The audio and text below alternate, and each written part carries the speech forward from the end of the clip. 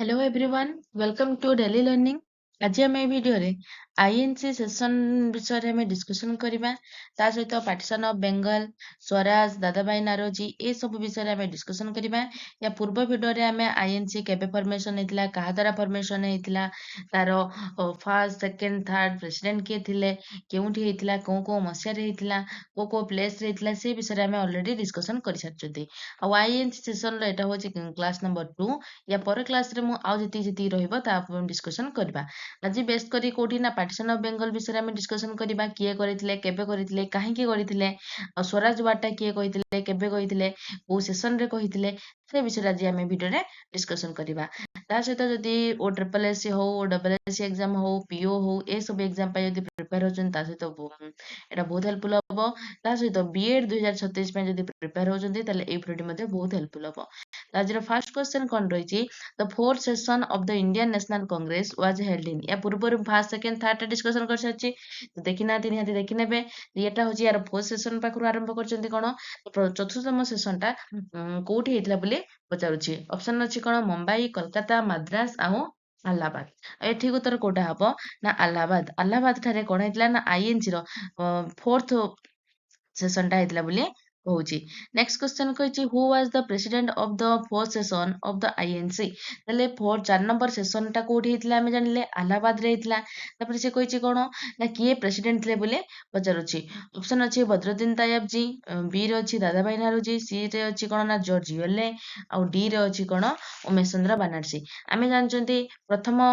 हेतला केबे ना प्रथम सेशन हेतला जे कि 1885 मसिया रे हेतला कोठी हेतला ना बॉम्बे रे हेतला किए नेतले ना उमेश चंद्र बनर्जी हेतले कोन प्रेसिडेंट। तापर आसला कोन ना सेकेंड आसला सेकेंड टा कोठी हेतला ना सेकेंड टा हेतला कोलकाता रे हेतले जहार प्रेसिडेंट हेतले किए ना दादाभाई नारोजी एटा कोठी हेतला कोलकाता रे आ केबे ना 1886 मसिया रे। तापर आसला थर्ड थर्ड टा कोठी हेतला ना बद्रुद्दीन तैयब जी हेतले कोन ना प्रेसिडेंट हेतले केबे 1887 रे आ एटा कोठी हेतला ना मद्रास रे हेतला आउ फोर्थ रे हेतला कोठी ना अलाहाबाद रे हेतला जहार कि हेतले ना जॉर्ज ओले बा जॉर्ज यूएले होचंती कोन ना फोर्थ सेशन ला प्रेसिडेंट थिले जोटा कि मद्रास रे हेतला एटा केबे हेतला ना 1888 मसिया रे। आ जॉर्ज वेलंक विषय रे पचारले कोन ना ये होचंती first British president of INC. तापर कहिची the fourth session of the INC was held in तले आईएनसी रो चतुर्थतम सेशन टा केबे हेतला बोली पचारछि 1887 1888 1889 ना 1890 केबे ना 1888 मसिया रे कोन हेतला ना आईएनसी रो फोर्थ सेशन टा हेतला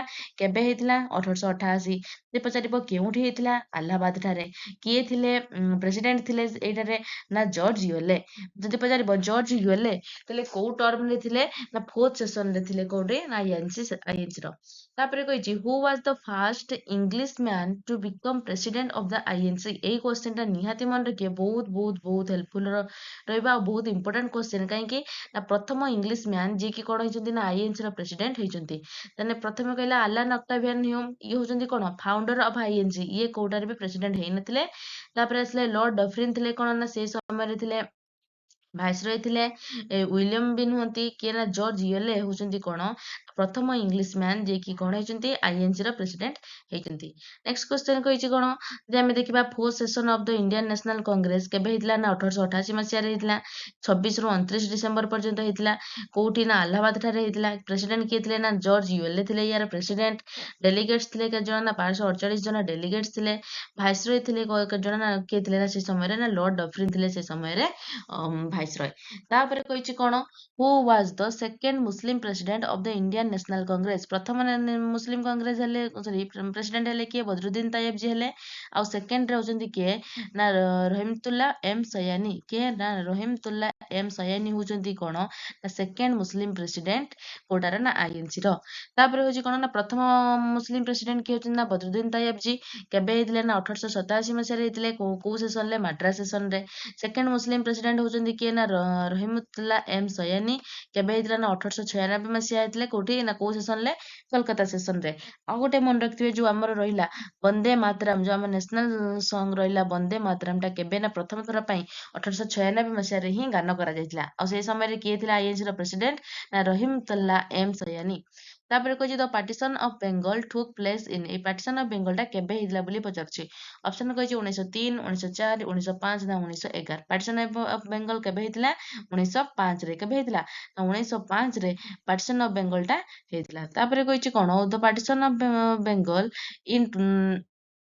अच्छा से कहे किए पार्टीशन बेंगल को करथिले बा घोषणा करथिले बा 1905 मसिया रे किए एंको भितर पार्टीशन ऑफ बेंगल करथिले Lord Ripon Lord Curzon Lord Minto ना लॉर्ड हेडिंग तले किए ना पार्टीशन ऑफ बेंगल 1905 रे किए करथिले ना लॉर्ड कर्जन करथिले कोन करथिले ना पार्टीशन ऑफ बेंगल केबे हेतिला 1905 मसिया रे तापर कहि the partition of Bengal came into effect on तले 1905 रे हेतिला कोन पार्टीशन ऑफ बेंगल से पचारिबो पूरा एग्जैक्ट डेट ता केबे ना 16 अक्टोबर 1905 मसीह कौन होता ना पार्टीशन ऑफ बेंगल टा होता केबे 16 अक्टोबर 1905 मसीह तापर कही which movement started in response to the partition of Bengal तले को मूवमेंट टा स्टार्ट होता कौन पाई ना response to the partition of Bengal परे कोटा को मूवमेंट टा आरंभ होता बोली पचारुची पचारुची सिविल डिसोबीडिएंट मूवमेंट ना क्वाइट इंडिया मूवमेंट ना स्वदेशी मूवमेंट ना नॉन कोऑपरेशन मूवमेंट कोटा ना 1905 रे कौन होता पार्टीशन ऑफ बेंगल होता किए करथिले ना लॉर्ड कर्जन करथिले केबे ना 16 अक्टोबर 1905 रे हेतला आ तापरे पार्टीशन ऑफ बेंगल परे हम इंडियन माने रागी कोन कर देथिले ना स्वदेशी मूवमेंट को आरंभ कर देथिले तापरे कहछि the partition of Bengal was annulled in annulled माने होछि कैंसल अन्नुल्ड माने कोन कैंसल तन पार्टीशन ऑफ बेंगल टा केबे कैंसल हेतले बोली पचारुछि 1909 रे 1910 रे 1911 रे ना 1912 रे केबे ना 1911 मसिया रे कोन हेतला पार्टीशन ऑफ बेंगल टा कैंसल होता तापर कहछि who was the president of the Indian National Congress during the partition of Bengal तले जो 1905 मसिया रे कोन हेतला पार्टीशन ऑफ बेंगल हेतला से पचारछि आईएनसी रो सेते बेले प्रेसिडेंट किए थिले बोली पचारुछि ऑप्शन ए रे कहछि दादा भाई नरोजी बी रे कहछि गोपाल कृष्ण गोखले सी रे कहछि बाल गंगाधर तिलक ना डी रे सुरेंद्रनाथ बनर्जी किए ना गोपाल कृष्ण गोखले थिले कोन ना सेही समय रे पार्टीशन ऑफ बेंगल टाइम रो कोन थिले ना आईएनसी रा प्रेसिडेंट थिले किए थिले ना गोपाल कृष्ण गोखले नेक्स्ट क्वेश्चन कौन कहिछि अच्छा पार्टीशन ऑफ बेंगल टा केबे हेतिला ना 1905 मसिया रे हेतिला तबे कहिछि डेट जदि हमें देखिबा केबे ना 16 अक्टोबर 1905 रे एटा हेतिला पार्टीशन ऑफ बेंगल टा किए अनाउंस करथिले ना लॉर्ड कर्जन ताको अनाउंस करथिले तापरे कहिछि भाइस रॉय थिले सेते बेले किए ना से लॉर्ड कर्जन ही करथिले आउ लॉर्ड कर्जन को जदि टर्म टा पचारिबो केते रु केते ना 1899 रु 1905 मसिया पर्यंत कोन थिले ना लॉर्ड कर्जन कर थिला टाइम थिला बा पीरियड थिला तांको शासन पीरियड थिला केते ना 1899 रु 1905 पर्यंत सी ही करथिले कोना पार्टीशन ऑफ बेंगल करथिले तो जे the president of the Indian National Congress किए थिले ना गोपाल कृष्ण गोखले से समय थिले प्रेसिडेंट थिले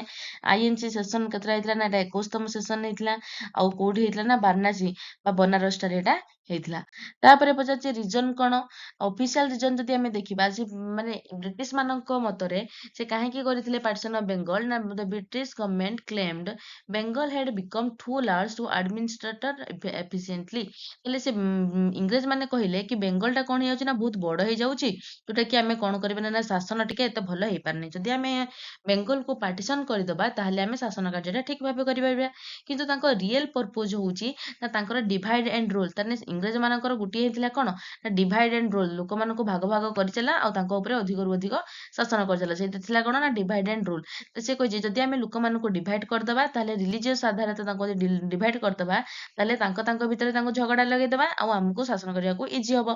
तबे डिवीजन हेतिला कोन कोन ना गुटे हेतिला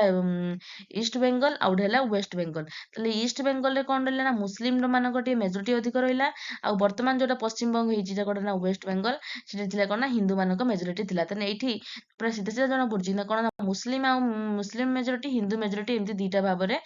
डिवाइड हे गला तापर होची इफेक्ट कोन हैला जते पार्टीशन ऑफ बेंगल हे गला कोन कोन इफेक्ट ना स्वदेशी मूवमेंट आरंभ हे गला जते बेले बिगिनिंग ऑफ द स्वदेशी मूवमेंट तले पार्टीशन ऑफ बेंगल पर स्वदेशी मूवमेंट आरंभ हो गला launch of the boycott movement against British good growth of Indian nationalism तो विदेशी द्रव्य को सब बॉयकॉट करा गला आ से टाइम रो कोन कहले ना केवल आमे इंडियन स्वदेशी मूवमेंट स्वदेशी जिनिस सब आमे व्यवहार करबा promotion of indigenous industries and national education आ कोन ना हम इंडिया रो सब इंडस्ट्री मानको प्रमोट करा गला बा कुटीर शिल्प मानको एटा को सब कोन करा गला ना प्रमोट करा गला आ अच्छा कैंसलेशन पार्टीशन ऑफ ବେଙ୍ଗଲଟା କେବେ କ୍ୟାନସଲ ହେଇଥିଲା ବା କ୍ୟାନସଲ ଲେଖା ହେଇଥିବ କିମ୍ବା ଅନୋଲ୍ଡ ଲେଖା ହେଇଥିବ କେବେ ନା 1911 ମସିହାରେ ହେଇଥିଲା। କେବେ ହେଇଥିଲା? 1911 ମସିହାରେ ହେଇଥିଲା। କିଏ ଆନାଉନ୍ସ କରିଥିଲେ ବା କୋଉ ଭାଇସରୟ ଆନାଉନ୍ସ କରିଥିଲେ? ନା ଲର୍ଡ ହାର୍ଡିଙ୍ଗ କରିଥିଲେ। କିଏ କରିଥିଲେ? ନା ଲର୍ଡ ହାର୍ଡିଙ୍ଗ କରିଥିଲେ। ପାର୍ଟିସନ ଅଫ ବେଙ୍ଗଲ କିଏ କରିଥିଲେ? ନା ଲର୍ଡ କର୍ଜନ କରିଥିଲେ। ପାର୍ଟିସନ ଅଫ ବେଙ୍ଗଲକୁ କିଏ କ୍ୟାନସଲ କରିଥିଲେ? ନା ଲର୍ଡ ହାର୍ଡିଙ୍ଗ କ୍ୟାନସଲ କରିଦେଇଥିଲେ। ତାପରେ in 1911 the British also announce the transfer of the capital from Kolkata to Delhi. ଆଉ କଣ ତାଙ୍କର ଯୋଉ ଥିଲା କଣ କ୍ୟାପିଟାଲଟା କୋଲକାତା ଥିଲା, ସେଟାକୁ କ୍ୟାପିଟାଲ କୋଉଠୁ ନା କୋଲକାତାରୁ ଦିଲ୍ଲୀ କେବେ ତାକୁ ଟ୍ରାନ୍ସଫର କରାଗଲା? 1911। 1911ରେ କଣ ହେଇଥିଲା ନା ପାର୍ଟିସନ ଅଫ ବେଙ୍ଗଲକୁ କ୍ୟାନସଲ କରାଗଲା। ତା ସହିତ ଯୋଉ ଆମ ଥିଲା କୋଉଟା ନା ରାଜଧାନୀ ଆମର କୋଲକାତାରେ ଥିଲା, ତାକୁ ଦିଲ୍ଲୀକୁ ଟ୍ରାନ୍ସଫର କରାଗଲା। ତ ଆଜି ଏଇ ଭିଡ଼ିଓରେ ଏତିକି ଅଛି। ଭିଡ଼ିଓଟି କେମିତି ଲାଗିଛି ନିହାତି କମେଣ୍ଟ ମାଧ୍ୟମରେ ଜଣେଇବେ। ଭିଡ଼ିଓ ଯଦି ଭଲ ଲାଗିଛି ନିହାତି ତାକୁ ଲାଇକ୍ କରିବେ, ସାଙ୍ଗମାନଙ୍କ ସହିତ ସେୟାର କରିବେ, ଆଉ ଚ୍ୟାନେଲଟିକୁ ସବସ୍କ୍ରାଇବ କରିବେ। Thank you. Like and subscribe.